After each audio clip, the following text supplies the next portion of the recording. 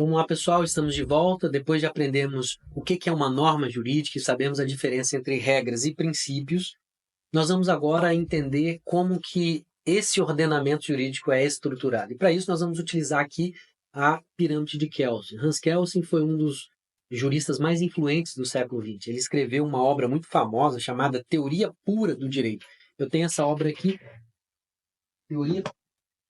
Teoria Pura do Direito. É uma obra até pequena, mas é muito densa, é uma obra complexa. Você não precisa ler, definitivamente não vai inventar de ler essa obra, porque eu fiz isso no curso de Direito, não precisava ter lido essa obra e relido lá nos primeiros períodos. Era para eu ter lido depois.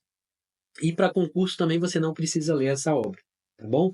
Nesse livro, ele descreve a ideia de um ordenamento jurídico hierarquizado, né? Esse modelo teórico pode ser visualizado através de uma representação gráfica de uma pirâmide que ficou conhecida como a pirâmide kelseniana. Então, apesar disso, eu preciso te dizer que Kelsen não desenhou uma pirâmide. Você pode ver que no livro dele não tem uma pirâmide desenhada. Essa representação gráfica se deu a partir dos estudos da sua obra, que descreveu uma estrutura hierarquizada de normas. Tá bom? E, a partir disso, Kelsen, então, explica a importância da hierarquia das normas e da Constituição como norma fundamental, que valida, dá validade a todo ordenamento jurídico. Então, de forma bem didática, nós vamos aqui dividir esse ordenamento em camadas e vamos adaptar essa ideia para a nossa realidade, para a realidade do direito brasileiro, porque o Hans Kelsen formulou esse modelo pensando na estrutura normativa da Alemanha de 1934, pré-Segunda Guerra Mundial. Tá? Então, no topo dessa pirâmide, eu quero que vocês visualizem comigo, visualizem essa representação gráfica de uma pirâmide. No topo dessa pirâmide, nós vamos dividi-la em 4 camadas para fins didáticos. E no topo dessa pirâmide, nós temos aqui as normas constitucionais. Normas constitucionais.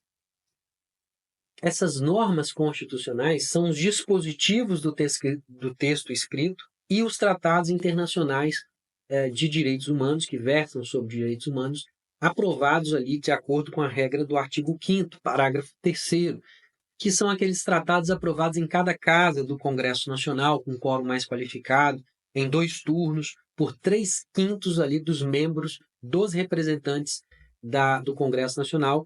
Congresso Nacional, que você vai saber, se você não sabe, é a Câmara dos Deputados e o Senado Federal. Então, aqui eles passam a ter status de emendas constitucionais. Então, por exemplo, nós temos aqui o Tratado de Marrakech, nós temos a Convenção sobre o Direito das Pessoas com Deficiência e o seu protocolo adicional, nós temos a Convenção Interamericana contra o Racismo. Então, essas normas constitucionais, eu quero que vocês saibam que são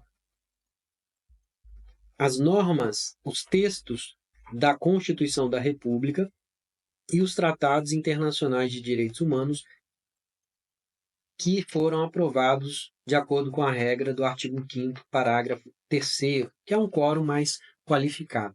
Logo abaixo dessas normas constitucionais, abaixo do topo da pirâmide, nós temos as normas supralegais. Por que supralegais? Por que supralegais? Porque estão abaixo das normas constitucionais e acima das normas legais, por isso chamadas normas supralegais. Essas normas supralegais são os demais tratados internacionais de direitos humanos incorporados, no entanto, com um quórum mais simples. Não foram incorporados com esse quórum aqui qualificado, por isso estão abaixo das normas constitucionais. Então aqui nós temos as normas supralegais, perdão. Aqui nós temos as normas supralegais. Supralegais aprovadas na forma simples, artigo 5º, parágrafo 2º, cumulado com o artigo 47. E abaixo dessas normas aqui supralegais estão aqui a maior parte da legislação, que são as normas legais. Nessas normas legais aqui, nessas normas legais é que está a maior parte do nosso ordenamento, que são as leis complementares, as leis ordinárias, as leis delegadas, medidas provisórias, decretos legislativos, resoluções, decretos autônomos. Então, aqui estão a maior parte. Aqui dentro nós temos os códigos, que são as leis ordinárias, as leis complementares. Nós temos o Código Tributário Nacional, que uma parte foi recepcionada como lei complementar, a outra como lei ordinária. Nós temos o Código Penal, nós temos o Código Civil, o Código de Processo Penal, o Código de Processo Civil. Tudo isso está aqui dentro dessa parte, que são as normas legais. E na base da pirâmide, nessa base da pirâmide, nós temos aqui as normas infralegais. Normas infralegais porque estão abaixo da legislação. Então, essas normas infralegais são os decretos, os regulamentos, as instruções normativas, que não é objeto de nosso estudo. Eu apenas estou aqui tentando fazer com que você visualize melhor a estrutura do nosso ordenamento. Essas regras, por exemplo, nós estudamos lá no Direito Administrativo, e vocês vão estudar com o professor Marcelo Freitas. E aqui, então, nós entendemos como que funciona o nosso ordenamento jurídico, como que é essa estrutura, passamos, então, por essa representação gráfica da pirâmide kelseniana, e no próximo bloco, agora, nós vamos entender como que funciona, como que é organizada a nossa Constituição. Estão aqui, ó.